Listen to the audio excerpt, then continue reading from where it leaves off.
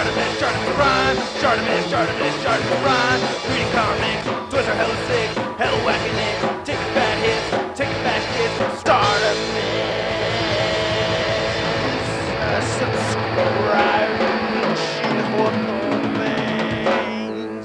Why would you have your figure posed like that?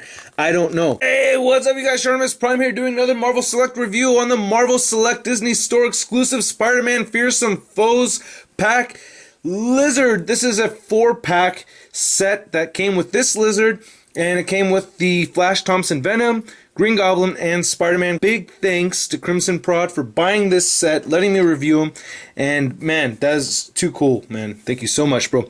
Now, this Lizard figure, I gotta say right off the bat, I like it. I actually really do like this figure. Now, right when you open up the box set, you do want to see the Flash Thompson Venom before anything else, but after spending some time with this guy, I'm thinking, man, this is actually a pretty cool Lizard. I do dig it. But before I really get into this figure, I want to talk about the base really quick right here. He does come with a pretty cool base. I like it.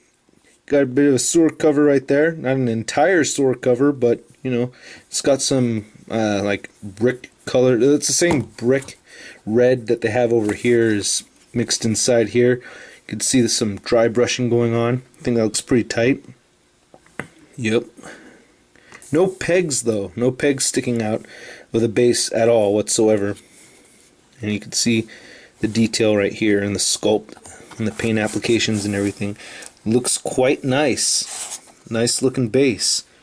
Very cool. Looks like it'd be pretty easy to hang on a wall with a peg. You can see some highlights right there too. I think they did a good job on this. So yeah, I dig this. Now the Lizard figure itself, pretty nice, man. It's not too bad. As far as articulation, it's pretty good. You know, for a Select, it's good. And the paint sculpt, I like it as well. You know, it's got some good shading going on and everything. Let's get a close look at the face. Baby, you like it? Yeah, it's a long lizard tongue, but I like this head sculpt. It is pretty damn sweet. It's a very interesting head sculpt that I've never really seen this kind of style on a lizard figure before. His lower jaw does seem like it's a bit longer, but oh well, you know, the teeth aren't super pointy or anything. You can see the variation of color going on here. Yellowish olive green mixed in with this brighter green here. He does have pupils in his eyes. It's very subtle, but they're there. Paint apps look kind of shaky right there, but it does have pupils. I think it's a nice head sculpt. I like it. There's very, very subtle shading in the tongue there as well. His shirt has some highlights to it as well. I think that's cool.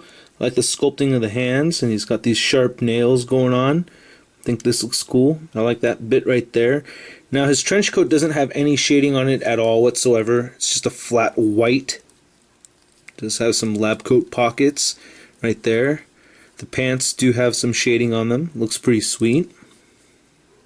And there's the feet. I think the feet could have been done a little better. It seems a little too regular for a lizard foot, but there's his lizard patas right there, and he does have peg holes at the bottom of his feet. I like the tear underneath right here. It's pretty cool. And then the tail itself is pretty damn neat. I like the sculpting of the tail. That's a nice sculpt. I like the thickness of it. I like the length of it. That's what she said. Oh, and then here's some, you know, some different kind of detail on the top part of the tail as opposed to the underside of the tail. So yeah, I like this. This is cool. As far as his articulation goes, his head moves side to side, and it can move up and down a little bit, so not a whole lot, but that much. His shoulders move outward, they move forward. His elbows are on a ball hinge kind of thingy, so they could only bend that much, not even a full 90 degrees, but they rotate side to side as well. His wrists move up and down, rotate side to side. He has a waist joint. He has ball jointed hips, so you can see that right there. They move outward and forward, not forward too much, but you know, it's not a whole lot of crazy motion there, but yeah, so they're on the Y joint, so you have to rotate the upper thigh swivel around to get the poses that you want. He has double jointed knees, which is very cool. Dig that. And he has ankle articulation that moves down and up, and it rotates side to side. Sadly, no ankle pivot, but not a big deal. It is a Marvel Select. And his tail rotates forward and back just a little bit, like so. And that's just kind of a weird thing to see. And it rotates side to side, which is very cool. So I do like the tail articulation. That is pretty neat. You could lift up underneath there to see that a little better. And there are some tail stains a little bit underneath there. You can see that it looked like he pooped himself. See? Is that Shart? It looks like Shart to me. I would know. With his legs fully extended, he stands at about 8 inches tall. Here he is standing next to the Marvel Select Spider-Man that came in this box set, so I think that height difference is pretty nice. It looks pretty good to me. There he is standing next to the McFarlane Spider-Man. Now, the height difference looks huge like this, but once you get this guy into a squatting kind of pose, they do fit into scale okay together, I think. So as soon as you get his knees bent and stuff like that, you could, get Spidey bent and everything.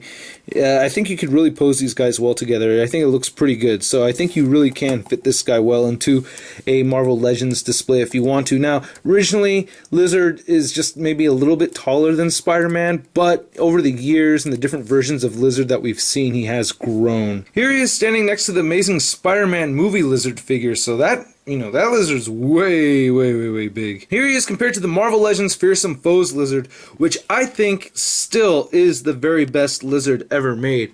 I mean, the articulation of this guy is incredible, and you can see it even has paint detail on the lab coat. I mean, the face has a lot more shading and stuff going on there. I mean, the detail that Toy Biz Marvel Legends gave us is just incredible. I mean, this isn't bad, but it's a Marvel Select. Damn, his toenails do look really short compared to this. I don't know. But yeah, this is just an incredible figure. I had to take him down off my display to show you guys. Twisty ties still around his waist. Another thing is just that the Marvel Legends one does have a lot of cool rips and tears and everything in it. And along with the shading, and it does have a bendy tail. So if you're going to pick up one lizard figure, get this guy right here. It is the shit.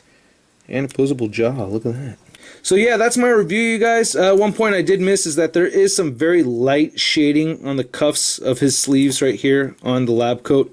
But I do recommend this figure. He will be sold separately as well as the Flash Thompson Venom. I did not know that at the time I was reviewing the Flash Thompson Venom figure. But anyway, I do dig this. I would pick it up if you can't find the Marvel Legends Fearsome Foes one. So this is still not a bad figure. I like it. Hope you guys like my review again, and stay tuned for the other Marvel Select figures from this 4-pack. I will catch you later. Peace. And thanks again, Crimson Prod.